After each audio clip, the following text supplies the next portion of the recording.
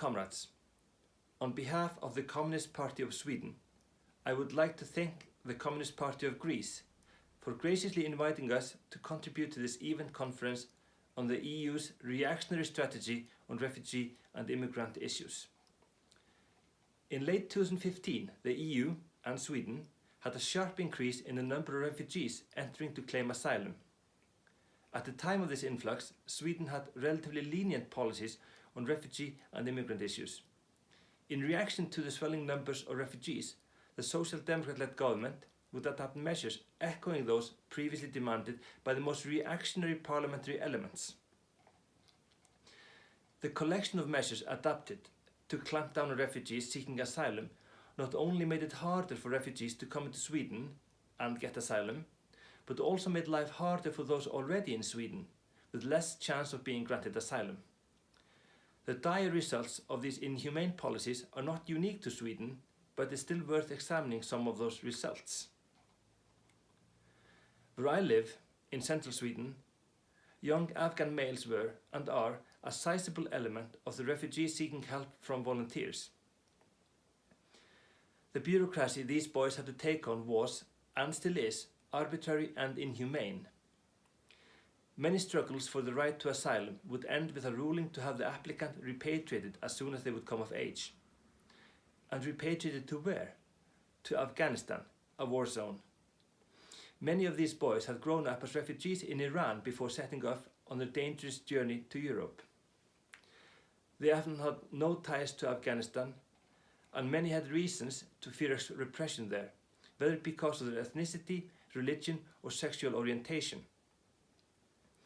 Faced with repatriation to a country engulfed in war, where they risk repression and death, remaining in Sweden illegally and underground was a better option, if still dire. These are policies that set people up for criminal exploitation. On the EU level, the international level, we see the EU bargain with Turkey and Libya to contain the flow of refugees to Europe. The situation for the millions of refugees contained in this way is bleak. Hundreds of thousands of adults who are denied the right to work, and hundreds of thousands of children who are denied the right to an education. Children who are in effect being robbed of their future. And not to forget the refugees gathered into concentration camps under terrible, inhumane conditions. The dealings that caused this also cast refugees as bargaining chips when the political situation changes. The people who have been forced to become refugees because of imperialist meddling and aggression, or because of the base injustices inherent in capitalism, can find themselves being used as pawns in the machinations of the states that agree to contain them. The Communist Party of Sweden denounces in the harshest possible terms the EU's treatment of refugees.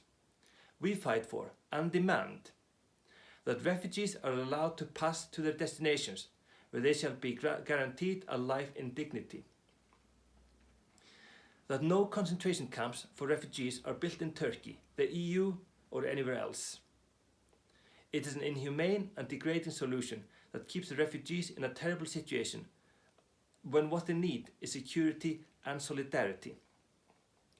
That the fight against racism, that which casts the refugees as a problem and obscures the causes of their seeking of safe asylum, must set its sight on capitalism.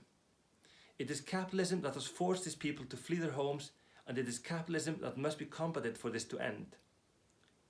That those who today are refugees can be integrated with the working peoples in the country they arrive in, so that they can become a part of the struggle for socialism. Long live proletarian internationalism.